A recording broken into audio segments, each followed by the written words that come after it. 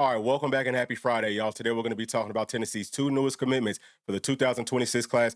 Over these next couple of weeks, y'all, we're going to be adding several players and we're going to be jumping up those rankings. I know most of y'all love that. Now, Hayes Falls, he went on Twitter earlier today. He said that he's got 5 graphics lined up with players choosing Tennessee. We know about 2 of them. I'll tell you who I think the other 3 are. I'll also show you my updated mock class for 2026 because we have some movement there as well. As always, please do us a favor, make sure to like and subscribe to the channel.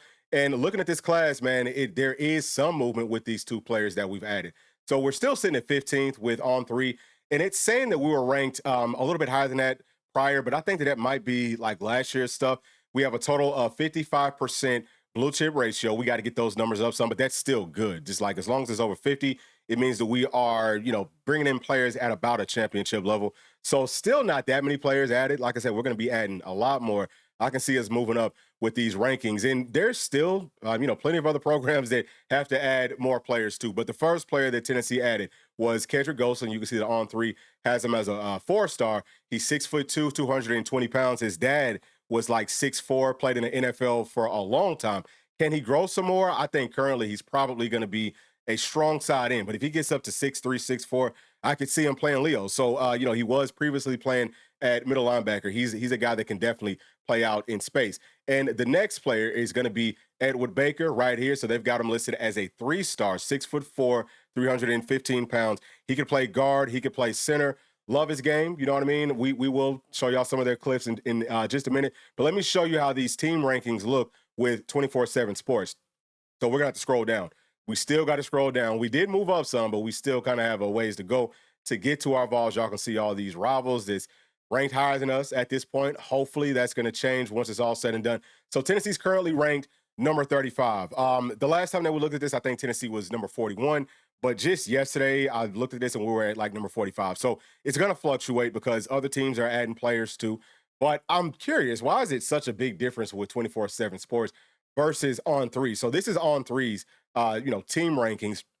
Like we said, Tennessee's at number 15, but I'll just show you all the teams that are ranked, over us, the teams that are kind of in the same ballpark. Now you can see us in Florida, Michigan. We got some battles with both of those programs. Texas is pretty low here, but also look at the number of players in each of these classes, right? That'll kind of tell you, how much more can these teams grow. And some of these teams like USC, I know way up at the top, they don't have a whole lot of room to grow because they've already got 30 players. I don't know how many more they're planning on adding. Notre Dame, they're at 22. A&M, they're actually at they have 21, and they're at number 3. I could see A&M ended up maybe the number 1 overall team in this class. UGA, they have 22. They're ranked 4th. So most of these programs, they're up here so high because they have so many players.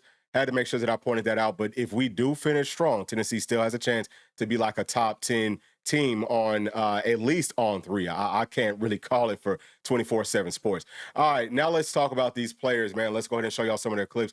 So Edward Baker, he plays tackle at his high school. He plays at St. Francis, and they're going to play a national schedule. So it's really good competition that he's facing. Typically, the offensive linemen on the high school teams playing at tackle will be the best offensive linemen on those teams, but he has really good footwork for a guy that's going to end up playing guard. So I think that his pass pro is going to be great. He has good hand placement, and you can tell he's got that nastiness to him. He's got that dog. Every single offensive lineman that we've added over these, however long Coach Ellaby's been up with us, they've all been nasty. They all have that mean streak. You got to have that playing in the SEC. So love that about him. Like I said, really, really good, feet, good hands. I think that his body is pretty well put together. Obviously, it's only going to get better once he does come up on campus. But here you can see him with his speed. So one of the things that I think Tennessee wants to do is find guards that can move because it's not just about the inside zone blocking. It's also about the outside zone, those stretch plays where you need the guards that can move. But seeing how he was able to move, with the sprained ankle and some of these other clips here, you can tell that he could definitely get some of those things done. So can he come in as a true freshman and really fight for some playing time? I don't know if that's going to happen, but I do feel like in maybe 2, maybe 3 years, he's going to be outstanding. Next, we have Kedric Golston, who, like I told y'all, I feel like he's more of a strong side end. But, he could also play some Leo if he just gets a little bit longer. That's the main thing. But I think that his pass rush looks good. He's new to playing at strong side end. Was a, stand-up middle linebacker. And that just means that he can move around. That means that he's a really good athlete. His dad played NFL ball, so you already know he's cut from the perfect cloth. That's exactly what we want. And he's a dog. He understands that Coach Garner is going to push him. I think that he understands, what the culture is like with our D line. We keep on stacking up players, especially on that strong side. But I could see him coming in maybe just because that room's so deep. It's probably gonna take him like a year or two to really fight for some playing time. But in his second season, I think he could be a major problem. And I just talked about him maybe growing into like a Leo. I think that he could maybe also grow into a linebacker, or maybe he kind of like stays put with his size and turns into a linebacker. Either way, this is the next guy that I would love to talk to y'all about. All right, so this is Moa. This is the safety that P and I absolutely love. He can play offense too, so I think he's really good on both sides. But as a safety, I see him as like a future All-Pro. Outstanding skill set. I was so happy to see this tweet right here saying that Tennessee is one of his top two programs at this point, and Michigan has taken a back seat. That's going to be huge because Tennessee needs safeties. We keep on harping on that. Out of all the players that Tennessee could add in this class, outside of the ones that we already have now, he would be the biggest deal for me. I mean, like over like a Savion Hyder, over a Tristan Keys, because he is at a position of need. Really, two of them, because we need some wide receivers too.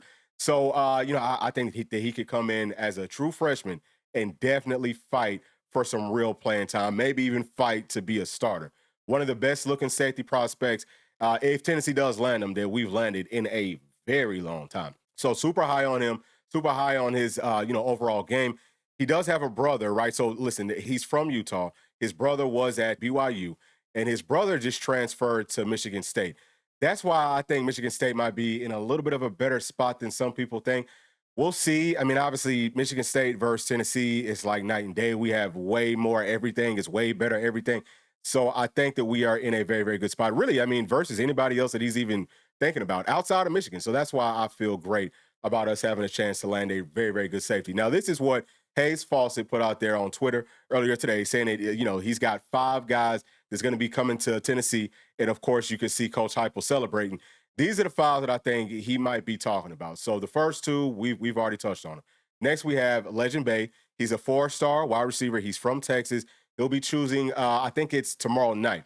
So it's either going to be us or Texas A&M at this point. Sounds like last time that the insiders talked to him, that Tennessee was in the lead. But I'm really more so basing this off of the players that we'll be choosing in sequence, right? So I would say that Legend Bay, he could be one. If it's not Legend Bay, then, it's going to be maybe one of those in-state cornerbacks.